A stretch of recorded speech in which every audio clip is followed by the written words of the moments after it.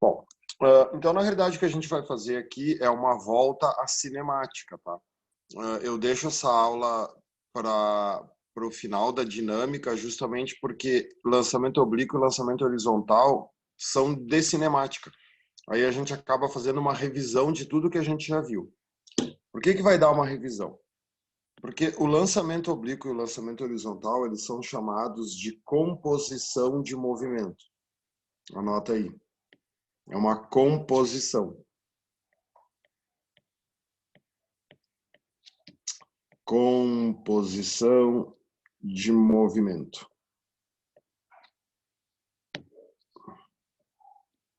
Nossa, hoje está bem lento aqui a caneta. Então, a gente vai ter que compor. Então, como o próprio nome diz, uma composição, tu vai usar mais de um, né? Vários. O que é o lançamento oblíquo? Então, imaginem vocês que vocês peguem aqui, às vezes é com canhão, às vezes é um goleiro chutando uma bola, às vezes é um arco e flecha, o número de possibilidades é infinitas. Tu pega aqui um canhão e tu vai disparar um projétil. Esse projétil ele vai ser disparado com uma velocidade inicial. Essa velocidade inicial, ela forma um ângulo com a horizontal. Vai preenchendo o livro aí nos mesmos lugares que eu estou botando. Se essa velocidade inicial, né, se esse ângulo aqui fosse 90 graus, nós teríamos um lançamento vertical. Essa bola subiria verticalmente para cima, né, atingiria a altura máxima e voltaria. Se fosse horizontal, ela sairia aqui fazendo um MRU, MRUV, depende se tem atrito, se não tem atrito. Nesse caso, é um lançamento oblíquo, então o ângulo não pode ser nem 0 nem 90. O ângulo vai ser entre 0 e 90. A essa altura, você já deve ter pego a manha, né? Principalmente depois de trabalho, depois de tudo que a gente viu. Tudo que é diagonal, tudo que é inclinado em física, ele tem que ser decomposto. Então, essa velocidade inicial, ela vai ser decomposta em duas componentes. Então, a primeira componente aqui é a componente na direção do eixo X. É esse vetor aqui, que nós vamos chamar de Vx. A segunda componente, ficou bem ruim ali o X. A segunda componente é na direção do eixo Y, e nós vamos chamar de VOY. Então aqui nós vamos ter o VOY. Então assim, o lançamento oblíquo, ele é o movimento mais difícil de entender, teoricamente, né? Ele é o mais complexo de todos. Ele tem alguns truques, tá? O primeiro truque já está aqui. Por que a componente da velocidade se chama VO, né? Por que o nome do vetor é VO? E aí esse VO originou um Vx e originou um VOY. Porque pela lógica, se o nome desse vetor é VO, eu tinha que ter decomposto ele em VOX e em VOY. Por que é que eu não chamo de VOX? Por que eu chamo de Vx? Essa é a primeira pergunta que tu tem que saber responder. Então, olha só. Vamos deixar ali o escritinho, não vou apagar, tá? Vamos passar para esse desenho aqui de baixo, que vocês têm ali no livro de vocês, tá? O exercício vai dizer para vocês que a resistência do ar é desprezível e tu vai desprezar todos os atritos. Aí eu coloquei para vocês aqui o projétil em 5 posições diferentes. Né? Uma aqui é a altura máxima e depois o projétil descendo. Durante toda essa subida e durante toda essa descida do projétil, ele tem aceleração? Tem alguém influenciando nele? Claro que sim, né? Toda e qualquer aceleração é produzida por uma força resultante. Quem que é a força resultante que vai atuar no projétil durante todo o movimento? O peso. A força resultante da queda livre e a força resultante do lançamento oblíquo, gurizada, é a mesma força. Ah, prof, mas eu não entendo, se a força é a mesma, por que ele sobe inclinado? Porque ele foi lançado inclinado, né? Esse canhão, ele dá um tiro inclinado, então a força que o projétil recebe dentro do canhão é uma força inclinada. Só que tu tem que pensar assim, ó, Na fração de segundo que a bola saiu do bico do canhão, saiu de dentro do canhão, qual é a única força que atua? O peso. É a mesma coisa aquela história, né? Tu atira uma laranja para cima. Na fração de segundo que a laranja desencosta da tua mão, a única força que atua nela é o peso. Então, o que é interessante de verificar aqui, ó? Quero que vocês preencham esse desenho de vocês. Em qualquer ponto que vocês pegarem aqui, ó, a única aceleração que esse corpo vai ter é a gravidade. Então, a aceleração desse corpo durante a subida e durante a descida é a mesma aceleração da queda livre. Então, essa aceleração aqui, que é a gravidade, ela vai agir em todas as posições, claro, inclusive na altura máxima, né? A gravidade nunca para de existir. Então, a força resultante no movimento, a força resultante no lançamento oblíquo é o peso, e a aceleração do movimento é a gravidade. É a mesma força resultante e a mesma aceleração da queda livre. Então, por isso que a gente chama o Vx de Vx. Olha só. Vou voltar ali agora, tá? Vamos deixar ali do jeito que estava. Por que eu chamei esse Vx de Vx? Porque durante todo esse movimento, a única aceleração que o corpo sofre é a gravidade. A gravidade é uma aceleração no eixo Y. Como a gravidade é uma aceleração no eixo Y, a gravidade não consegue modificar a componente da velocidade do eixo X. Então não tem lógica tu chamar essa componente de VOX. Porque quando tu chama uma grandeza de VO, tu já está dando uma ideia que ela vai se modificar. E essa velocidade x não se modifica. Ela vai ser sempre a mesma. Então, deixa eu apagar aqui para não ficar poluindo. Então, olha só, vamos desenhar a bola em 3, 4 situações diferentes. Vamos desenhar a bola na metade da subida. Então, vamos desenhar esse corpo aqui assim. Vamos desenhar esse corpo na altura máxima. A gente tem que analisar a altura máxima. E aí vamos analisar ele aqui no meio da descida e depois ele aqui chegando no chão. O que vai acontecer? A componente da velocidade x vai ser sempre a mesma. Então, se eu fiz, né, no início esse vetor aqui, ó, desse tamanho aqui, esse tamanho tem que ser sempre o mesmo. Em qualquer lugar que tu pegar a bolinha, a componente da velocidade no eixo x vai ter a mesma direção, o mesmo sentido e a mesma intensidade. Em outras palavras, a velocidade no eixo x se mantém constante. Por isso que a gente não chama a velocidade x de VO, porque se ela se mantém constante, o valor dela é sempre o mesmo. Até o momento que a bolinha toca no chão, a velocidade x vai ser sempre a mesma.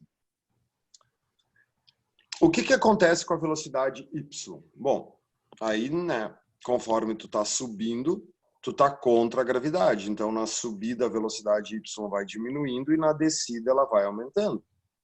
Então, se eu, né, desenhei que a velocidade y aqui tem esse tamanho aqui, esse tamanho inicial aqui, né, um tamanho grande, um vetor grande, porque ele vai começar a subir, a gente sabe que conforme for subindo, essa velocidade vai diminuindo. Então, aqui a velocidade y ela já diminuiu, aqui já é um cotoquinho, aqui, um faezinho. Quanto vale a velocidade y na altura máxima? 0. Na altura máxima, a velocidade do eixo y vale 0. E aí, conforme tu começar a descer, a velocidade y inverte o sentido, igual a queda livre, ela vira, ela começa a ser para baixo. E aí, claro, ela vai chegar no chão com a mesma velocidade y que ela saiu. É o mesmo raciocínio da queda livre. Então, revisando, ó, o lançamento oblíquo tem 2 truques. Qual é o primeiro truque? A velocidade x é sempre constante, a velocidade x não se modifica. Segundo truque, quanto vale a velocidade na altura máxima? Ah, a velocidade na altura máxima vale 0. Não, pessoal. Porque se a velocidade na altura máxima valesse 0, não seria lançamento oblíquo, seria queda livre. Quando tu chega na altura máxima, tu não tem a componente y da velocidade, mas tu continua tendo a componente x. Por isso que a altura máxima é um ponto muito importante do lançamento oblíquo. Vocês vão ver em alguns exercícios, esse raciocínio obrigatoriamente vai ter que ser feito. Tá vendo? Ó? Em qualquer ponto que tu pegar aqui, ó, no início, no meio, aqui na descida, aqui chegando, a velocidade ela pode ser decomposta em y e em x, menos na altura máxima. Na altura máxima não tem como tu decompor em y e em x, porque tu só tem a componente x. Então a altura máxima é um ponto muito especial, porque a velocidade do projétil é exatamente igual à componente x. É o único lugar que isso vai acontecer. Então, na altura máxima, a velocidade da bola é a componente x. Esses são os dois truques do lançamento oblíquo. Se tu souber esses dois truques, e claro, souber MRU e souber queda livre, tu tem o exercício na tua mão. Então, aqui, ó, o que ele vai pedir para te calcular? Ele vai pedir para te calcular o ΔH, né, a altura máxima que tu alcança, e ele vai pedir essa grandeza aqui, ó. Essa grandeza aqui é a grandeza mais perguntada do oblíquo. A distância que ele percorre em relação à horizontal. Como essa distância que ele percorre em relação à horizontal está em cima do eixo x, a gente chama isso em física de x. Essa distância é representada por x. O que é x? É alcance. Alcance é a distância que o corpo percorre em relação ao piso, em relação à horizontal. Como tá ruim de escrever hoje, bah? Acho que a internet está meio lenta e aí demora para aparecer. Então isso é o alcance. Por que o lançamento oblíquo se chama composição de movimentos? Então olha só, tu tem que compor dois movimentos. O que acontece com a velocidade no eixo x? No eixo x, a velocidade tem sempre o mesmo valor, o mesmo módulo, a mesma direção. Tá, então no eixo x a velocidade é constante. Então, o eixo x trabalhará com as equações do MRU.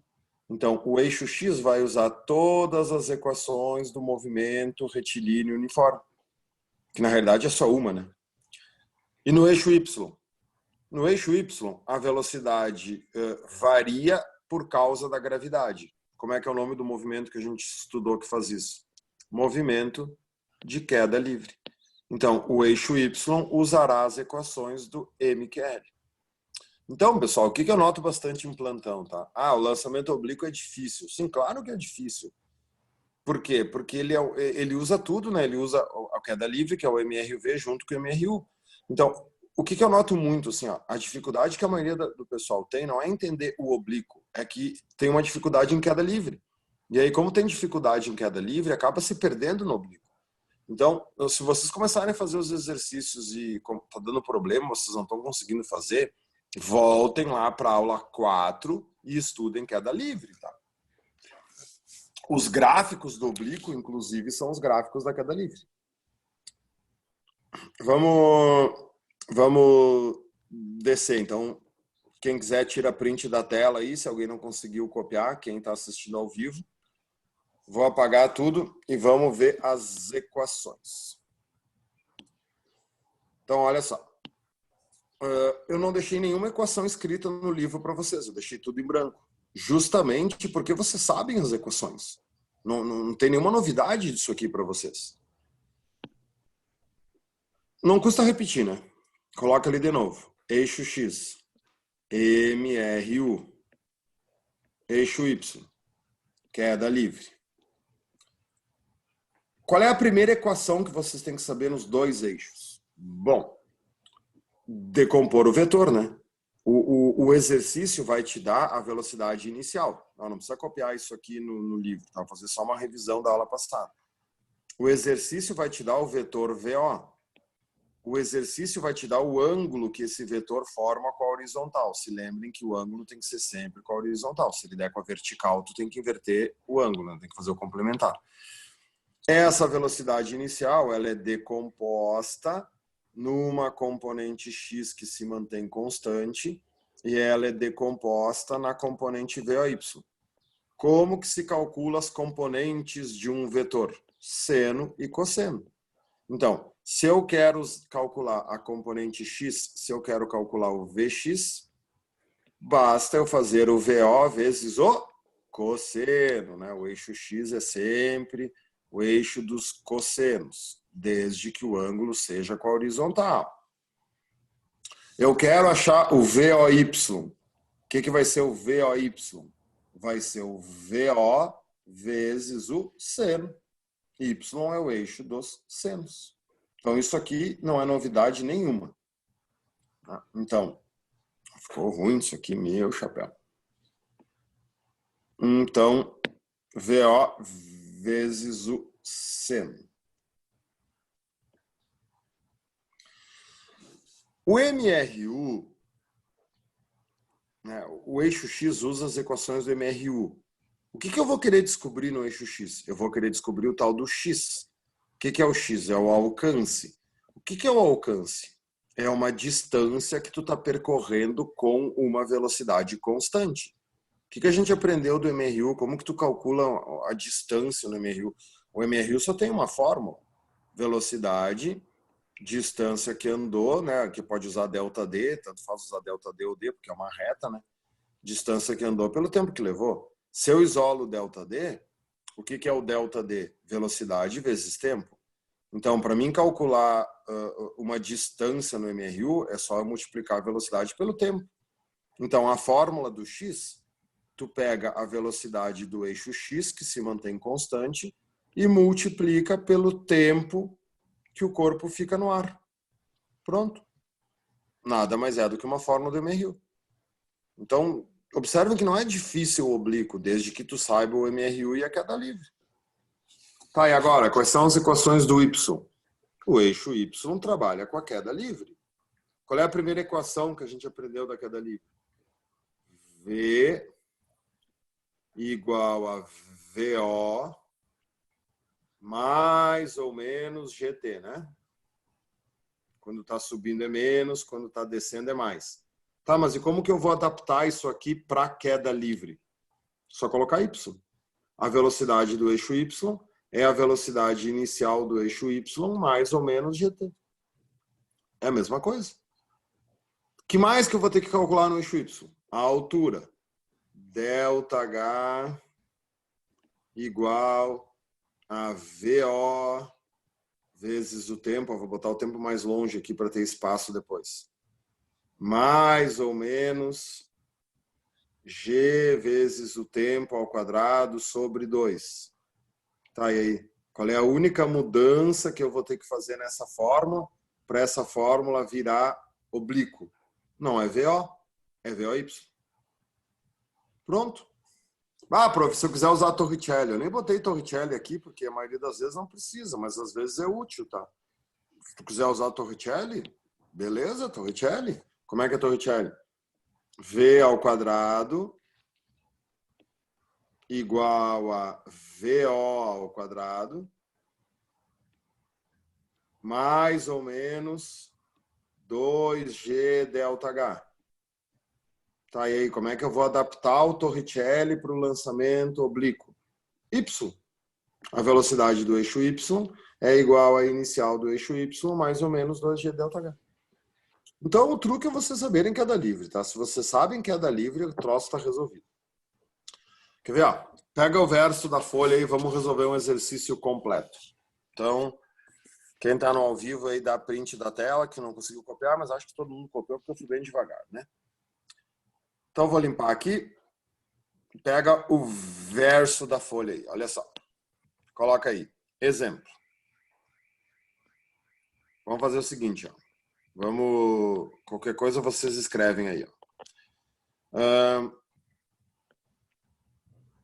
O que é um exercício completo? Que ele pede para calcular o alcance e a altura.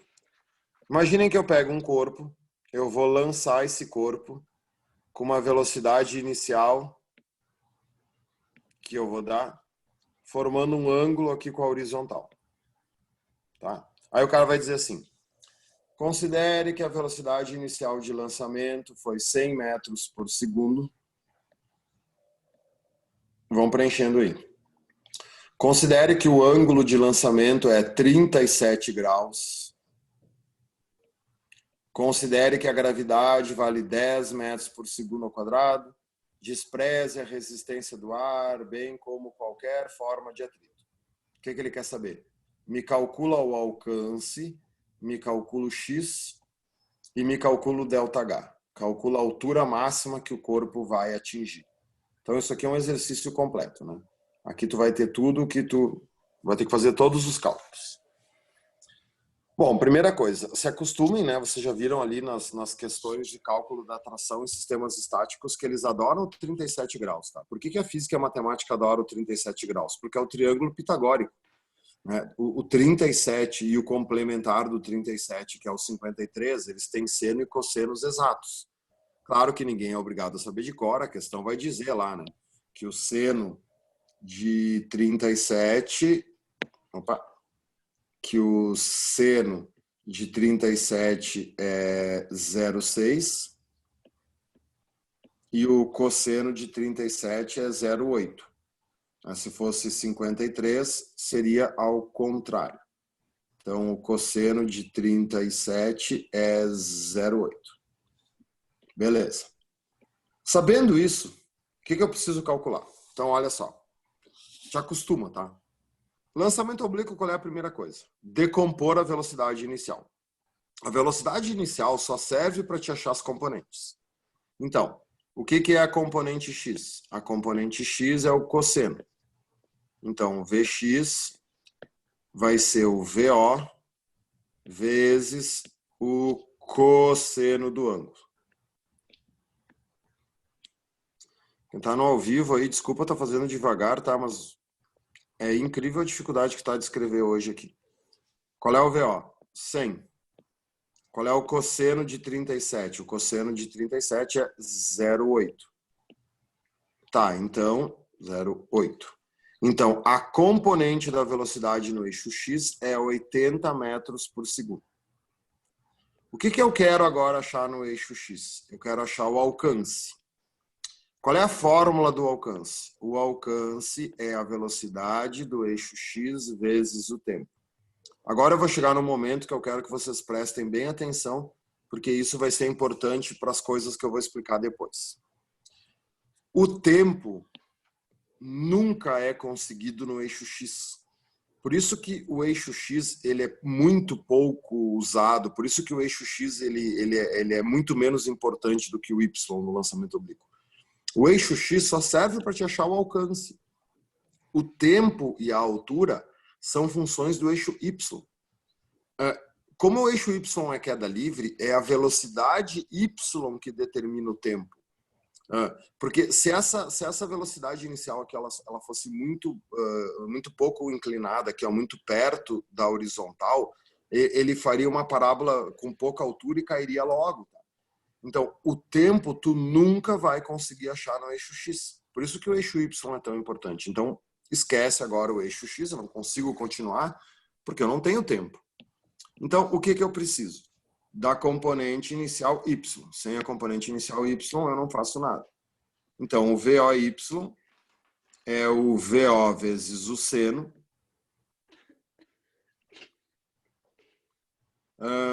Quanto vale o VO?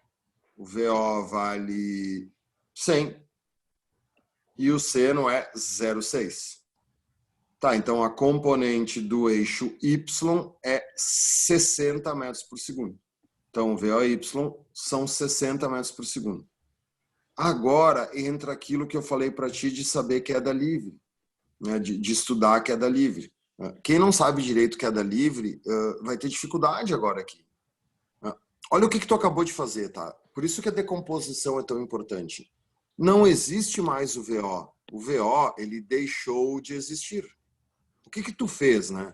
Tu pegou essa velocidade inicial, que era uma velocidade diagonal, e tu decompôs ela em x e em y. Quando um vetor é decomposto, ele deixa de existir. É que nem lá no plano inclinado, quando tu decompõe o peso e ele vira PT e PN. Não existe mais o peso, que existe é o PT e o PN. Então, o que existe aqui? Ó? O VOY. Então, esse VOY é queda livre. E aí, olha só para poupar, né, tua vida. O que eu ensinei vocês? A fazer o tempo de cabeça. Então, o que tu está dizendo? Tu está dizendo o seguinte. Lançar um corpo com 100 metros por segundo na diagonal, formando um ângulo de 37 graus, é a mesma coisa que lançar ele verticalmente com 60. Então, se tu lança o corpo verticalmente com 60, quanto tempo ele leva para subir? 6 segundos. A gente aprendeu que é só dividir pela gravidade, que é 10 metros por segundo ao quadrado. Então, a partir do momento que eu achei a componente inicial y, que fique bem claro isso, tu não pode fazer isso com VO, tu tem que fazer isso com VOY, porque é o VOY que é vertical, é o VOY que é contra a gravidade. Tu já tem os tempos. Então, a partir de agora, eu já sei que o tempo de subida é 6 segundos. Aqui tem outro, pega ratãozinho, né? Por isso que não pode decorar esse conteúdo, tem que entender. O tempo de subida é 6 segundos. E aí, claro, se o tempo de subida é 6 segundos, o tempo de descida também vai ser 6 segundos. Desde que ele suba e desça a mesma altura, né? Às vezes as questões inventam. Tá, então agora eu posso calcular o alcance, né? O alcance é Vx vezes o tempo. Quanto vale o Vx? 80. E qual é o tempo que eu tenho que usar aqui? 12, né, pessoal? Porque para o alcance interessa toda a subida e toda a descida, né? A bolinha vai subir 6 segundos, vai descer 6 segundos. Como o alcance é toda essa distância aqui, eu preciso, para calcular o alcance, usar o tempo total. Então, isso aqui vai dar 8 vezes 10, 800, vezes 2, 160, 960. Então, aqui eu tenho 960 metros. O alcance é 960 metros. O que falta eu descobrir? A altura. A altura é queda livre. Tá, então a altura, ΔH, aí virou pura matemática agora, né? ΔH é o VOY vezes o tempo, menos, porque eu vou fazer subindo, GT ao quadrado sobre 2. Vai ficar pequenininho aqui, mas vai dar. Então, o VOY é 60. Eu vejo muita gente na hora de calcular a altura, tá? Se atrapalhar e voltar para o VO. Botar que o VO é 100. Porque na hora que escreve essa fórmula, esquece de botar o VOY. Te lembra, bota na cabeça que depois que o VO foi decomposto, ele não existe mais. O VO só serve para te achar essas duas componentes aqui, ó. Depois não tem mais nenhuma fórmula que usa VO. Cuida com o pega ratão. Até porque, olha só, tu vai botar que o tempo aqui é 6, né? Para a altura máxima.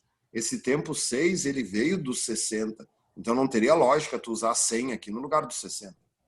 Menos porque eu vou fazer subindo. A gravidade é 10. O tempo é 6 ao quadrado sobre 2. Tá, então aqui vai faltar espaço aqui, mas não vai dar nada, né? 60 vezes 6 é 360. Nossa, aqui ficou horrível. Então, 360 menos, vai dar 6 ao quadrado, 36, vezes 10, 360, dividido por 2, 180. Então, aqui eu vou ter 360 menos 180. Então, a altura máxima é 180 metros. Então, ele vai subir 180 metros de altura. Esse é um exercício completo. É difícil numa prova cair um exercício completo, tá? Quem adora lançamento oblíquo é a URGS e a UPF. A UPF gosta de conta, gosta disso que eu fiz agora, e a URGS gosta de teoria. A URGS cobra muito gráfico do lançamento oblíquo, que é o gráfico da queda livre. Então tem que saber queda livre. Então esse é o exercício completo, né? Por que não cai isso normalmente em provas? Olha quanta coisa eu tive que fazer aí, né, pessoal? É difícil tu resolver isso dentro do tempo, 3 minutos e meio, 4 minutos, que é os que as provas usam. Então normalmente eles pedem somente uma coisa, tá? Ou só pedem o tempo, ou só pedem a altura, ou só pedem o alcance. Eles não cobram tudo completo, porque senão não termina nunca. Mas esse é um completo. Com esse aqui, né, usando isso aqui de base, vocês resolvem qualquer coisa. Então, deixa eu limpar, vamos voltar lá para a teoria. Qual é a última coisa que vocês precisam saber do oblíquo? Esse desenho que eu fiz aqui. Porque esse desenho aqui vai nos ajudar a entender o horizontal depois. Isso aqui, infelizmente, desde a chegada do Enem, é uma coisa que eles começaram a cobrar meio que decorado, tá? Eu não gosto muito quando eles fazem isso, mas eles estão fazendo. Então, aqui, ó, vamos usar 3 cores diferentes, tá? Imaginem vocês 3 projéteis sendo disparados aqui. Esse projétil aqui, que tem um ângulo grande, é o nosso projétil 1. Então, 1 aqui eu estou fazendo de azul. O projétil 2 é esse projétil aqui, meio termo aqui. Então, esse projétil 2 aqui, vermelho. E o último projétil, o que sobe menos, vai ser o 3. Então, né, 3 projéteis. Para isso aqui dar certo, para isso aqui ter lógica, qual é a primeira coisa que eles vão ter que falar, né? Qual é que é o primeiro pré-requisito para isso aqui funcionar? As velocidades iniciais dos projéteis são iguais. Então, vai preenchendo aqui no canto. Ó. A velocidade inicial do projétil 1 é igual à velocidade inicial do projétil 2, que é igual à velocidade inicial do projétil 3. Então, todos os projéteis foram lançados com a mesma velocidade inicial. Qual é a diferença, então? O ângulo, né? Tá vendo que o 1 é um ângulo próximo dos 90, o 2 é um intermediário e o 3 é mais próximo do zero. Na realidade, esses exercícios são os ângulos notáveis, são os ângulos clássicos, tá? O ângulo 1 é o de 60 graus. Então, o ângulo do projétil 1 é 60 graus. Vai preenchendo aí. O ângulo do projétil 2 é 45 graus. E o ângulo do projétil 3 é 30 graus.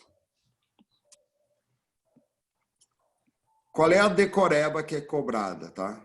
Que é meio óbvio, né? Mas tem que saber de cor.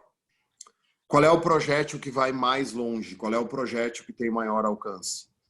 O 45, né, pessoal? O 45 vai ser sempre o projétil que vai mais longe.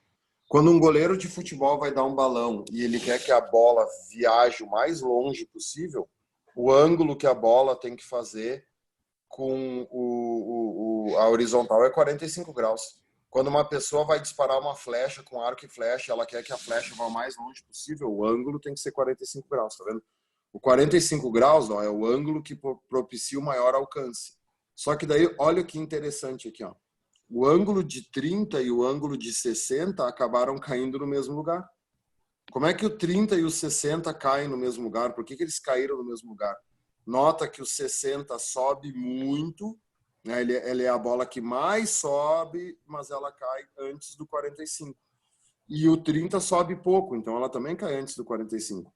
Por que o 60 e o 30 caem no mesmo lugar? Porque eles são ângulos complementares. O seno de um é o cosseno do outro, então uma coisa compensa a outra. Então isso vai funcionar para qualquer ângulo complementar, tá? 37, 53, sei lá, ângulo de 10, ângulo de 80. Qualquer ângulo que a soma de 90, o alcance vai ser o mesmo. Então, nesse desenho, né, o que a gente tem que saber aqui desse desenho? Que o alcance do 45, né, o alcance 2 é o maior de todos. Então, o x2 é maior que o x1, mas o x1 é igual ao x3, porque eles são ângulos complementares. Então, isso tem que saber de cor. E qual é a segunda pergunta que é um pouco mais complexo que pode te incomodar? Qual desses 3 projéteis fica mais tempo no ar? Qual desses 3 projéteis demora mais para cair? Aí dá um rolinho entre o 60 e o 45, né? Tu pode pensar assim, ó. O de 60 ele sobe mais, mas o de 45 vai mais longe. Daí uma coisa pode compensar a outra, não sei o que eu faço. Tu te lembra da questão que eu acabei de fazer? Que o tempo era 6 segundos para subir, 6 segundos para descer? Como que eu achei aquele tempo? Usando a componente y da velocidade. O tempo, ele depende do y.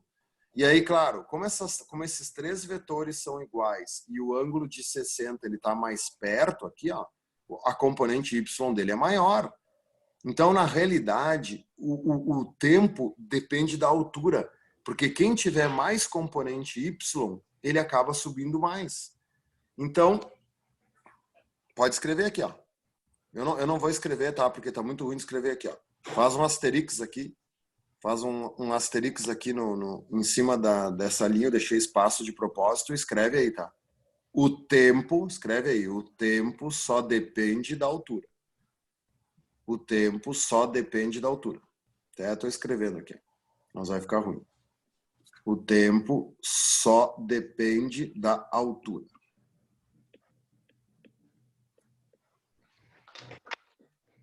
O tempo só depende da altura.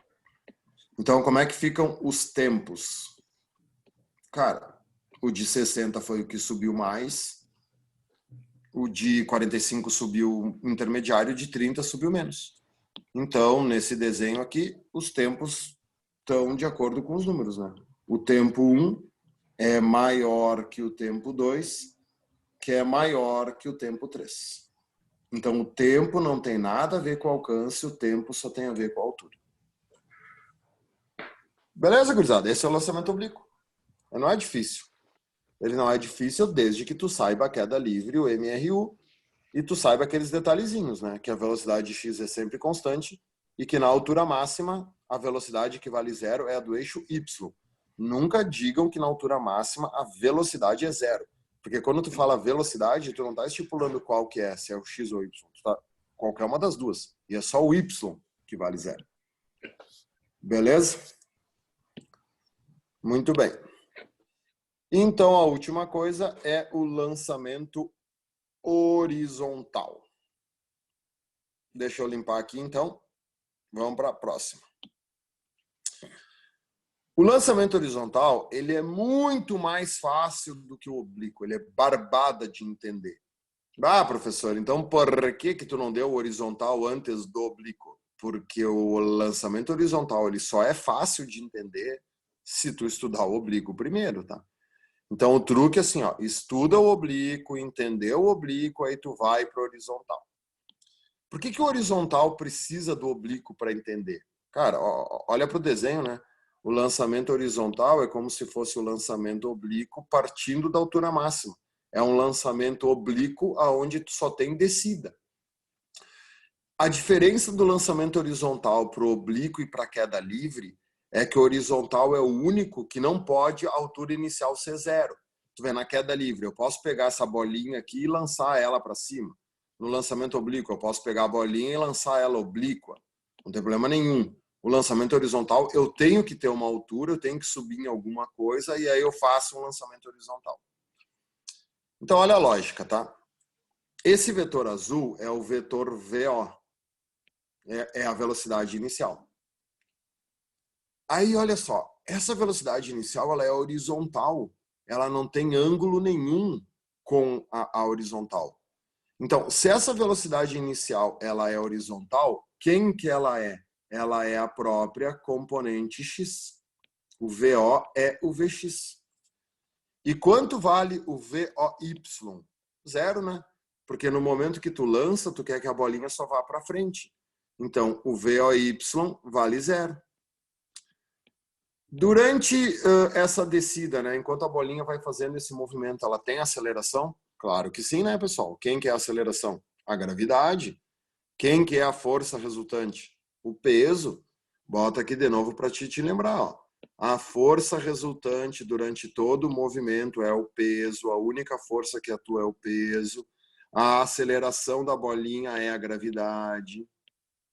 É igual à queda livre.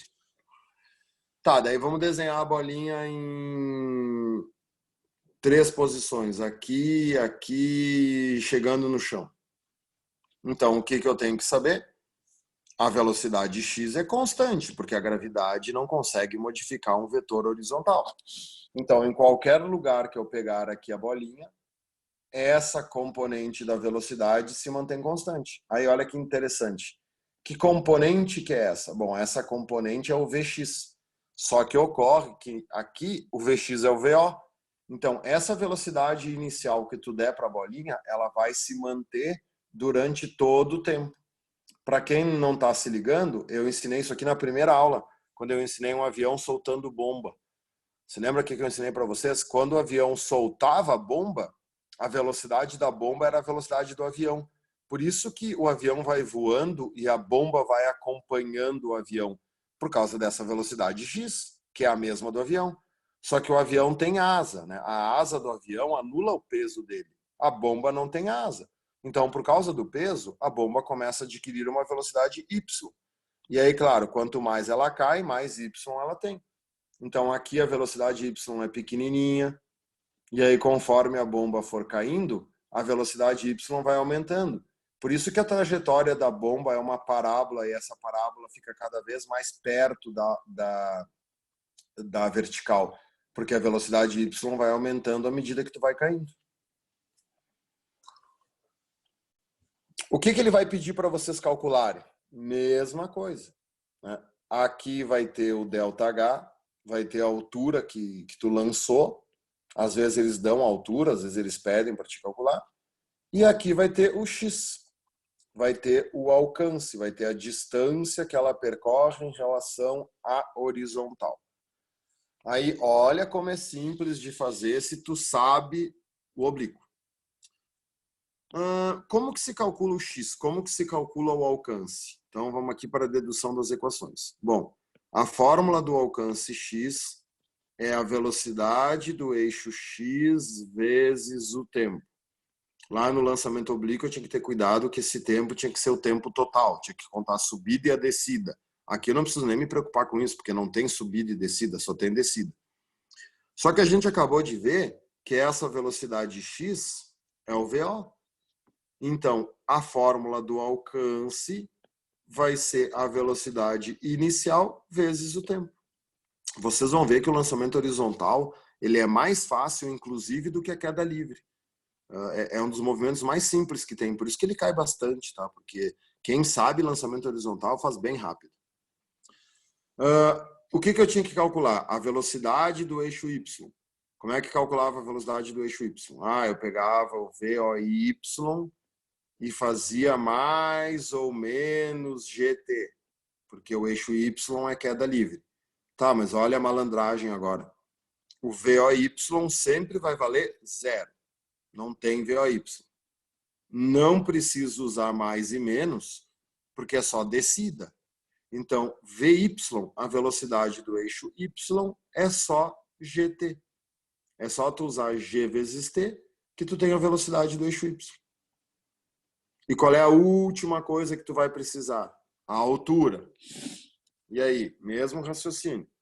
ΔH, queda livre, é VOY vezes o tempo, mais ou menos GT ao quadrado sobre 2. Né? Olha como é uma revisão de cinemática essa aula. Tem que saber cinemática. E aí? VOY vale 0. VOY sempre vai valer 0. Esse vetor aqui não existe. Não preciso usar mais e menos, porque só tem descida. Então, ΔH é só GT ao quadrado sobre 2. Pronto. Com essas 3 formulinhas, tu resolve qualquer coisa de lançamento horizontal. Por isso que o lançamento horizontal é mais fácil do que a queda livre. É só saber essas 3 que tu faz qualquer coisa. E claro, né, gurizada, o pega-ratão é sempre o mesmo, a mesma coisa que eu expliquei antes, tá? Até vou deixar aqui no cantinho, ó, pra gente não copiar no verso, que às vezes eu sei que vocês esquecem de ver o verso, né? Até vou fazer o desenho aqui no cantinho, ó. Pode ser pequenininho, não tem problema nenhum. Eu subo em cima de uma coisa alta e aí eu lanço 2 corpos. O primeiro corpo eu lanço com uma velocidade pequena. Eu lanço o primeiro corpo com 5 metros por segundo. Ele cai aqui assim, quase no teu pé. E aí o outro corpo eu lanço, sei lá, com 10 metros por segundo, o dobro da velocidade. Aí como a velocidade é maior, ele cai aqui. Qual é a pergunta? Quais desses corpos ou qual desses corpos vai chegar no chão antes? O tempo é uma função da altura. Eles foram lançados da mesma altura? Sim, então o tempo é o mesmo. Tá vendo? A velocidade inicial, olha para essa fórmula aqui. A velocidade inicial é que determina o alcance.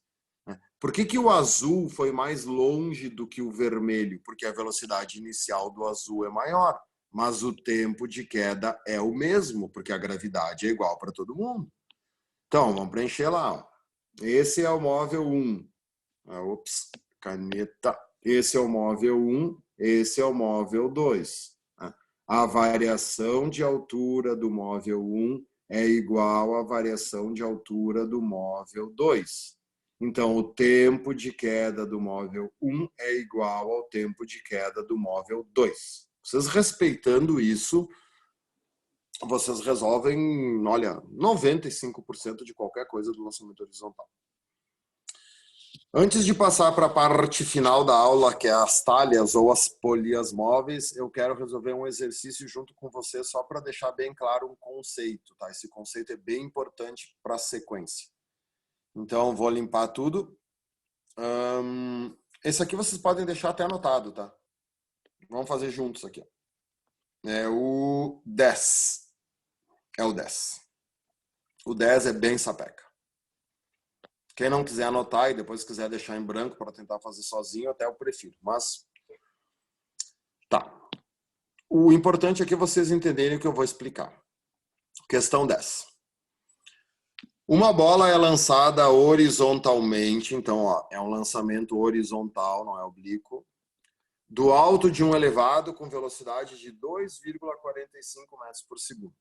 Sendo a aceleração da gravidade 9,8, não mandou usar 10, a velocidade da bola após 1/4 de segundo vale.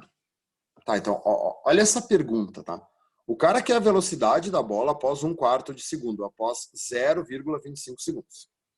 Tá, então o que eu tenho que imaginar? Bom, é um lançamento horizontal, então eu subi no alto de um elevado e eu lancei um corpo horizontalmente. Quando eu lanço um corpo horizontalmente, ele descreve uma parábola e cai. Tá. Aonde que o corpo vai estar após 1/4 de segundo? Sei lá vai estar em algum lugar aqui, né? Não é nem o início, nem o fim. É em algum lugar aí. Tá. Aí, olha só. A velocidade da bola. Mas vem cá, ele não pediu nem X, nem Y. Ele pediu a velocidade da bola. Que velocidade que é essa? Aí que começa a festa, tá, gurizada? Essa questão serve para explicar isso que eu queria mostrar para vocês agora. Gurizada, não existe o X e o Y, tá? É a gente que decompõe a velocidade em X e em Y. Então, o que acontece aqui muito? Olha só. Até vou pegar o quadro branco aqui, tá? Depois eu volto e faço o desenho de novo. Não dá nada, porque é muito importante entender isso. Vou limpar aqui. Ó. Tá, vamos fazer um lançamento oblíquo, né? Então, chão, se eu não fizer o chão, eu rodo no psicotécnico. Tá, daí eu peguei uma bola, lancei ela obliquamente, ela descreve uma parábola no ar e cai. Aí o exercício pede assim, a URGS adora a teoria, né? Me desenha a velocidade da bola nesse ponto, me desenha a velocidade da bola na altura máxima, me desenha a velocidade da bola nesse ponto. Gurizada, a bola só tem uma velocidade. Se a URGS pediu a velocidade da bola, ela quer a velocidade que tu decompõe. Tanto é que aqui, olha só. No início, quantas velocidades a bola tem? Cara, no início a bola só tem uma velocidade. Isso aqui é a velocidade inicial dela. Quem inventa a componente X, né? Quem decompõe essa velocidade inicial em X e em Y somos nós. Mas essas componentes, elas não existem. Então, a velocidade da bola aqui vai ser assim, ó. Vai ser tangente à trajetória. Olha que legal, a velocidade da bola vai ser aqui, na altura máxima vai ser assim, né? Por isso que na altura máxima é o único ponto que a velocidade da bola é só X, porque ela é horizontal. E aí, conforme tu for descendo, a velocidade da bola vai ficando assim, ó. A velocidade, ela é tangente à trajetória. Mas, né, essa velocidade pode ser decomposta em X e em Y. Então, isso tem que ficar bem claro para vocês. Quando uma questão pergunta a velocidade, é a velocidade, não é nem X nem Y. Então, olha só. Voltando lá naquela questão, né? Tá, eu peguei, lancei o corpo. Aí o corpo fez lá a parábola. Após 1/4 de segundo, ele estava em algum lugar aqui. E aí o cara me pediu a velocidade aqui. Eu não tenho como calcular a velocidade de maneira direta, mas eu sei calcular as componentes. Aliás, o que eu sou obrigado a saber? Esse vetor aqui é a velocidade inicial, né? O cara me falou que essa velocidade inicial foi de 2,45. A gente acabou de aprender que essa velocidade inicial não muda nunca, porque ela é uma componente x. Então, eu já sei que esse Vx, essa componente x, vale 2,45. Só que à medida que eu vou caindo, eu adquiro uma componente y. E quanto mais eu caio, mais y eu tenho, porque a componente y depende do tempo. Como é que se calcula a componente Y? A componente Y é a gravidade vezes o tempo. A gravidade, ele mandou usar 9,8. Uma questão chatinha. Então, a gravidade é 9,8. E qual é o tempo que ele quer? 1/4 de segundo. Então, 1/4. Por que ele fez isso? Olha só. Porque vai dar exatamente 2,45. 9,8 dividido por 4 é 2,45.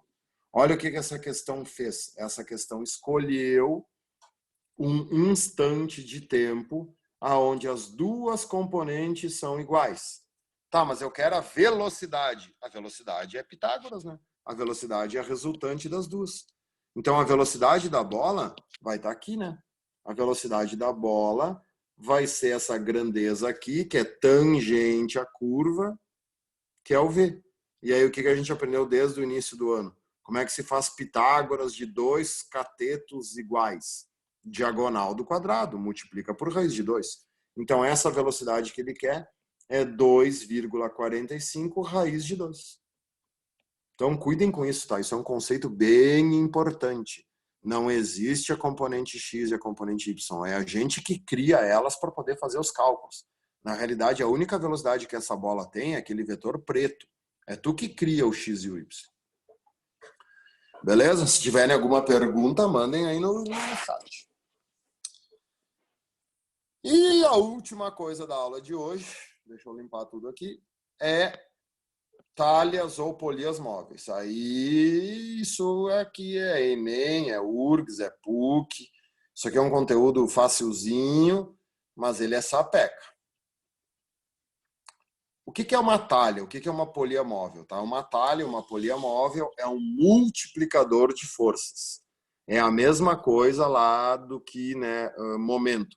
Arquimedes, dê-me uma alavanca e um ponto de apoio que eu moverei o mundo. Se lembram lá das alavancas, interfixa, interpotente, interresistente, né? Aqui é a mesma coisa, tá? Então aqui eu coloquei para vocês um desenho de uma talha original, né? Essa talha aqui ela é composta de 4 roldanas aqui, mais ou menos que dá para ver. Então, né, fazendo forças aqui, tu consegue levantar pesos muito grandes. Por quê? Qual é a base disso? Eu gostaria que vocês entendessem bem direitinho esse conteúdo, porque depois isso vai ajudar em princípio de Pascal. Aliás, física é uma sequência, né? Sempre uma coisa ajuda a outra. Então, olha só. Primeiro raciocínio. Vamos fazer um desenho que vocês já conhecem. Eu tenho lá um negocinho que eu prendi uma roldana. Tá. Aí eu pego uma corda, amarro um peso nessa corda. Então, aqui eu tenho um peso P. Tá, e daí eu quero erguer esse peso fazendo uma força aqui do outro lado. Tá.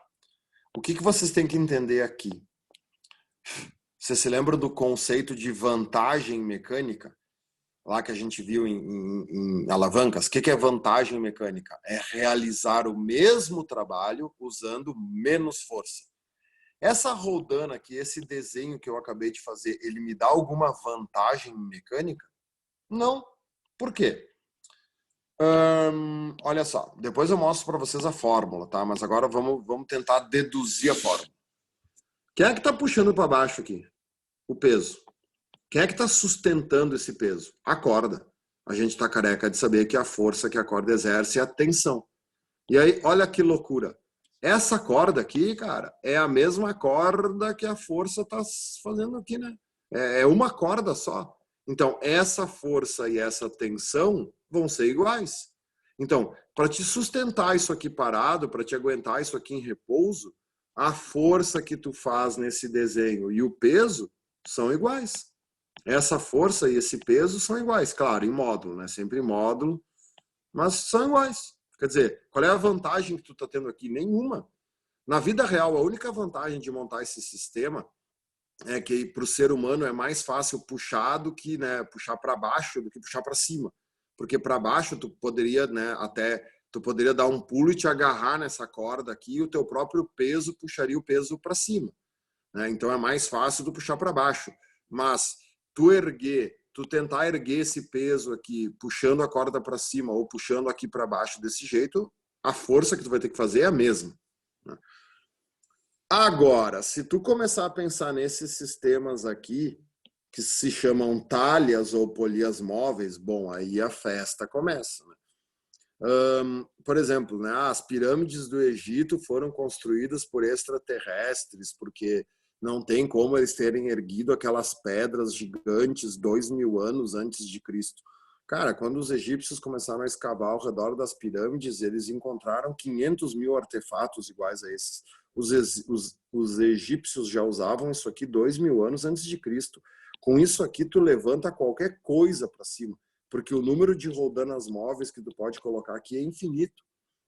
Então, olha só, qual é que é o raciocínio aqui? Vamos tentar não decorar. Eu quero erguer esse peso. Vai preenchendo o teu livro. Aqui eu tenho um peso. O que mudou agora? Olha só. Aqui, né? Tá vendo? Quantas forças verticais sustentavam esse peso? Uma. Tem uma corda. E aqui, ó. Quantas cordas estão sustentando esse peso? Duas. Tem duas cordas verticais. E aí, quando tem duas cordas verticais, o peso é dividido pela metade. Então, nesse desenho aqui, cada lado dessa corda não tem que sustentar o peso, tem que sustentar o peso sobre 2. Né? Como a força que tu tá fazendo tá nessa corda aqui, essa força aqui vale P sobre 2. Opa, acabei de ganhar uma vantagem mecânica. Se eu quiser erguer aqui, né, se eu quiser erguer um peso de 100 quilos, basta eu colocar 50 quilos aqui. Claro, se eu colocar 50 e 100, vai ficar parado, né? Aqui vai ter que ser 50,00001. Mas a gente sempre calcula o limite. Qualquer coisa maior que 50 aqui vai conseguir erguer o peso de 100. Então, aqui eu tenho uma vantagem mecânica. Eu consigo erguer 100 quilos fazendo 50. Eu consigo realizar o mesmo trabalho usando menos força. Tá vendo aqui, ó? Ah, prof, nesse exercício tu usou 2 roldanas. Tá, mas olha o que vocês têm que pegar de manha, depois eu mostro. Não interessa o número de roldanas, interessa o número de roldanas móveis. O que é uma roldana móvel? Toda roldana gira, toda roldana é feita para rotar. Vocês estão vendo que essa roldana aqui, ela é uma roldana fixa, ela está presa aqui. Essa roldana aqui, ó, ao mesmo tempo que ela gira, ela sobe. Então, o que a gente aprendeu em momento? Essa roldana, ao mesmo tempo que ela sofre rotação, ela também sofre translação. Tenta imaginar esse desenho na tua cabeça. Conforme essa corda aqui vai descendo, ela vai espichando, né? Então, essa roldana, ela vai girando e ela vai subindo. E o fato dela subir faz com que o peso suba. Então, essa roldana é uma roldana que transla. Então, a gente chama essa roldana de roldana móvel. É essa roldana que me dá a vantagem mecânica, tá? Essa roldana, ela é móvel. Não adianta vocês terem 20 roldanas e as roldanas serem fixas. Tá? Não adianta nada. Tipo assim, ó, não precisam copiar isso aqui, tá? Para não poluir, né? Ah, eu coloco uma roldana aqui, daí eu coloco outra roldana aqui, daí eu coloco outra roldana aqui, daí eu quero erguer esse peso aqui, e aí, né, eu boto as cordas aqui, daí eu faço esse peso aqui. Sim, isso aqui não adianta nada, né? Essas rodanas aqui, elas são fixas. Não tem vantagem mecânica nenhuma aqui. Essa força vai ser igual a esse peso. Então, o truque é encontrar... Oi, a cabeção. Bom, tudo bem, vocês já tinham copiado, né? Ah, não, dá para desfazer, burrão. O truque é vocês acharem a móvel, vocês acharem a roldana móvel. Olha o próximo desenho. Quantas roldanas móveis eu tenho no próximo desenho? 1, 2, 3. Essa aqui é fixa, essa aqui não interessa. Essa não me dá vantagem mecânica. Então, o mesmo raciocínio. Aqui eu tenho peso. Esse peso está sendo sustentado por 2 cordas verticais. Tá, então cada lado é P sobre 2. Vou botar só desse lado aqui, ó, que é o que me interessa. Então, P sobre 2. Aí tá vendo? Ó, esse P sobre 2 está forçando essa roldana aqui. Tá, mas essa roldana também é sustentada por 2 verticais, né? Então, qual é a força que essa corda aqui faz? Essa corda faz P sobre 4, que é a metade do P sobre 2. Tá, mas esse P sobre 4, ele também está sendo sustentado por 2 aqui, né? Tá, então qual é a força aqui? P sobre 8. Então, aqui, ó, eu tenho P sobre 8, né? Nesses tempos de Covid, tu tá vendo? É uma progressão geométrica, né? Se eu botasse mais uma roldana móvel, já ficaria P sobre 16. Se eu botasse mais uma rodana móvel, né? P sobre 64. Então, tu vê, o número de rodanas móveis é infinitas que tu pode colocar aqui. Por isso que tu leva qualquer coisa para cima. Tem fórmula para isso, tá? Sempre tem fórmula. Para quem gosta de química, em física moderna. A fórmula que calcula a força que tu faz, ela é bem parecida com a fórmula da radioatividade, do cálculo da meia-vida. Eu vou dar essa fórmula para vocês lá no final do ano. Que força que é essa? Olha só. Essa força é a força potente. Te lembra de alavancas, né? É a força que tu faz, é a força potente. E o peso é a força resistente, é a força que tu quer levar para cima. Então a fórmula diz o seguinte, ó. A força potente, a força que tu tem que fazer é a força resistente, que é o peso, dividido por 2 elevado na N. O que é o N? É o número de rodanas móveis.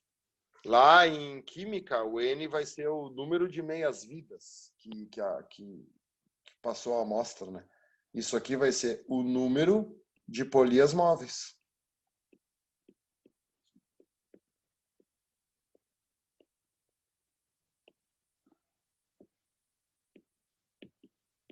Beleza? Beleza. Então tem que ter muito cuidado com isso, tá? Só não se esqueçam que aqui eles podem fazer perguntas mais complexas, tá? Por exemplo, assim, quer ver? Qual dessas forças realiza mais trabalho, né? A força potente ou a força resistente? O trabalho é o mesmo, tá? O trabalho da força resistente é igual ao trabalho da força potente. Vocês nunca me mexam no trabalho, porque se tu mexer no trabalho, tu tá criando energia. Tá, mas como que o trabalho é o mesmo? Ah, e que tem um truque, né? Chama que trabalho é força vezes deslocamento. Olha só, agora seria legal vocês conseguirem visualizar. O que tu acha que acontece quando essa corda desce, tá? Essa corda vai descer, essa rodana vai girar e vai levar esse peso para cima. Tipo assim, imagine uma situação que essa corda desça a 1 metro de altura, tá? Então essa corda tá aqui, não precisam copiar isso no livro, tá? Essa corda tá aqui, ela vai vir até aqui. Então essa corda desce essa distância, a ponta da corda vem parar aqui embaixo. Sei lá, 1 metro, tá? E aí esse peso vai subir 1 metro? Não. Esse peso vai subir exatamente a metade. Ele vai subir meio metro. Porque ao mesmo tempo que essa rodana gira, ela sobe. Então o deslocamento dela cai pela metade. Nesse caso aqui, ó, se essa corda descer 1 metro, esse peso aqui vai subir 1/8 de metro. Por quê? Porque a força foi multiplicada por 8, então o deslocamento vai diminuir 8. Porque o trabalho é força vezes deslocamento. Como é que tu mantém o mesmo trabalho, né? Como o trabalho aqui, ó, é força vezes deslocamento, a força resistente vezes o deslocamento do resistente vai ter que ser igual à força potente vezes o deslocamento potente, né? E aí o que a gente sabe? Como é que uma igualdade, né, uma multiplicação numa igualdade se mantém constante? A força resistente é grande, tá? Então o deslocamento resistente vai ser pequeno. A força potente vai ser pequena, então o deslocamento potente vai ser grande. Uma coisa sempre vai compensar a outra. Se vocês olhassem isso aqui na vida real, tá? Nas oficinas mecânicas tem. Isso aqui é uma corda que os caras vão puxando bem rápido aqui. Essa corda vai descendo, descendo, descendo e esse peso vai subindo bem devagarinho. Só que os caras conseguem levar para cima um motor de carro, consegue levar até um carro para cima, né, nas oficinas mecânicas. Então isso aqui tu puxa bem rápido, fazendo pouca força. Então essa corda desce um monte. E aí o peso vai subindo bem devagarinho, mas com muita força.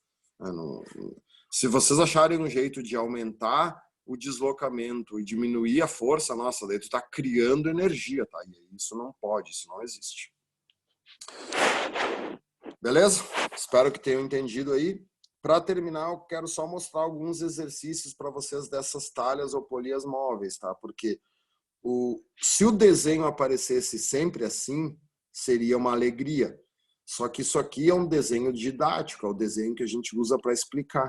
E aí as questões do Enem, da PUC, principalmente, eles modificam esse desenho. E aí eu noto que a gurizada se perde um pouquinho. Então, olha só. Vamos começar pela PUC aqui. Esse exercício aqui é bem polêmico, esse 12 aqui, ó. E vocês vão ver que a PUC repetiu esse desenho depois, tá? Agora sim, tá? Esse 12 eu gostaria muito que vocês, quem está assistindo o vídeo agora, tá? Quem está assistindo por vídeo, eu gostaria que vocês parassem o vídeo e tentassem resolver essa questão sozinhos, tá? O ideal seria vocês tentar resolver sozinhos para vocês entenderem a dúvida que vai dar. E aí depois olha o meu, continua a aula que olha o vídeo de eu resolver. Agora aqui no ao vivo eu vou fazer direto. Então olha só, presta atenção. Uma caixa deve ser arrastada sobre uma superfície horizontal com o auxílio de uma corda na horizontal e de uma roldana.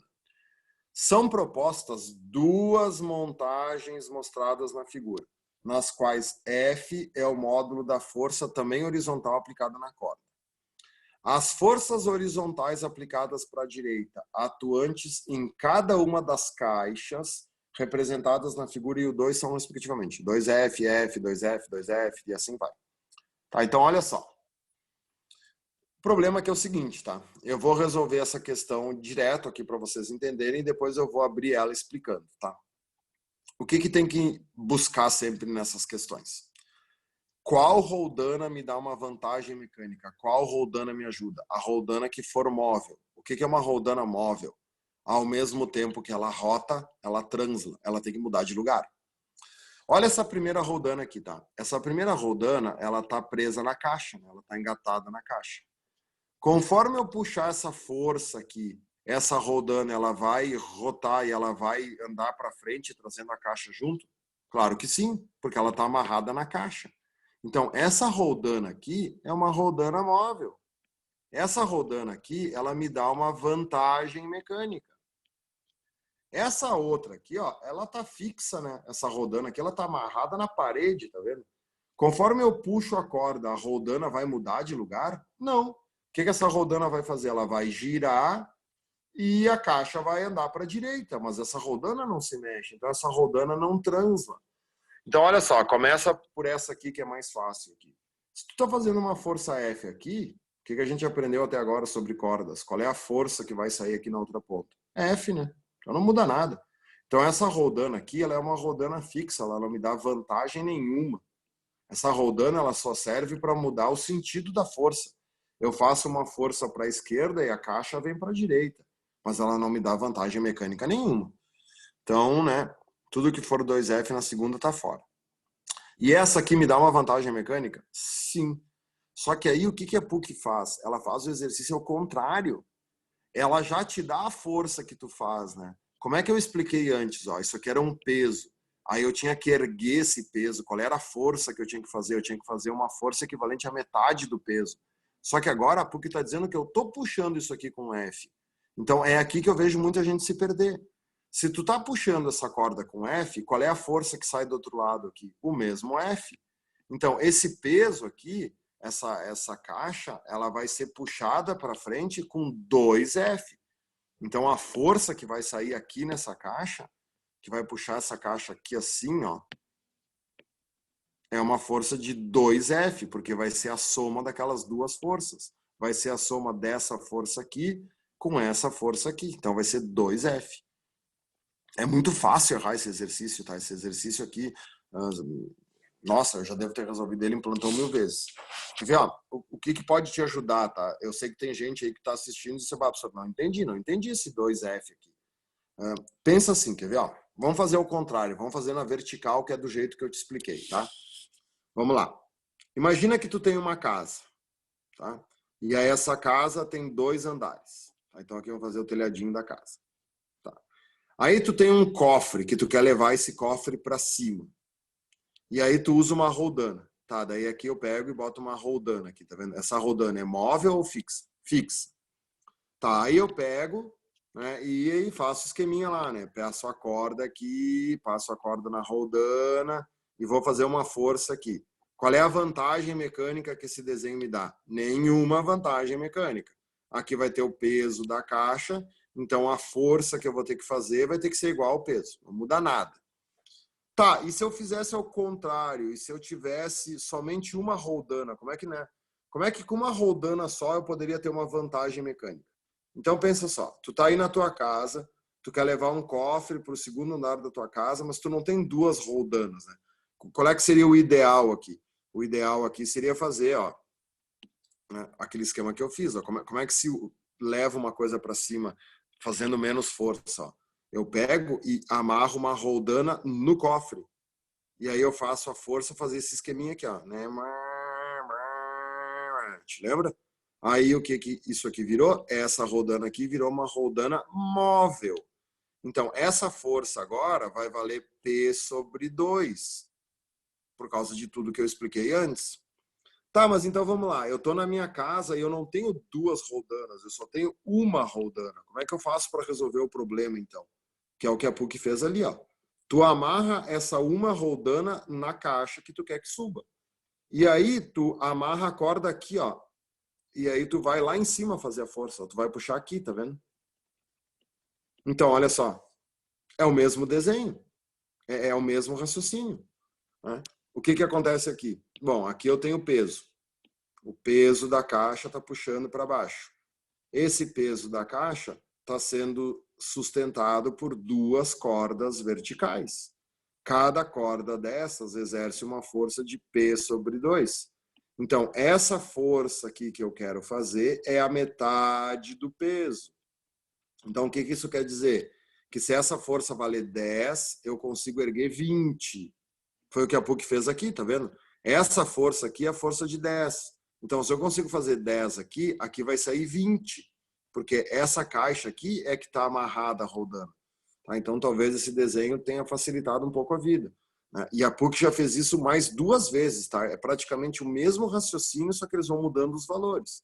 Né? Geralmente, a gente é acostumado a fazer com o peso que eu quero erguer. Daí, se eu quero erguer 100 quilos, aqui eu tenho que fazer 50. Sim, só que aqui é o contrário, né? Ele está te dando a força que ele está fazendo e ele está pedindo quanto que tu consegue erguer. Então, cuidado para não se atrapalhar. Beleza, gurizada? Era isso? Eu falei que essa aula não era muito comprida, porque é a última aula antes dos complementares. E toquem os complementares, tá? Semana que vem nós já vamos mudar radicalmente de conteúdo. Nós vamos para a hidrostática, que são as últimas 2 aulas do livro 1.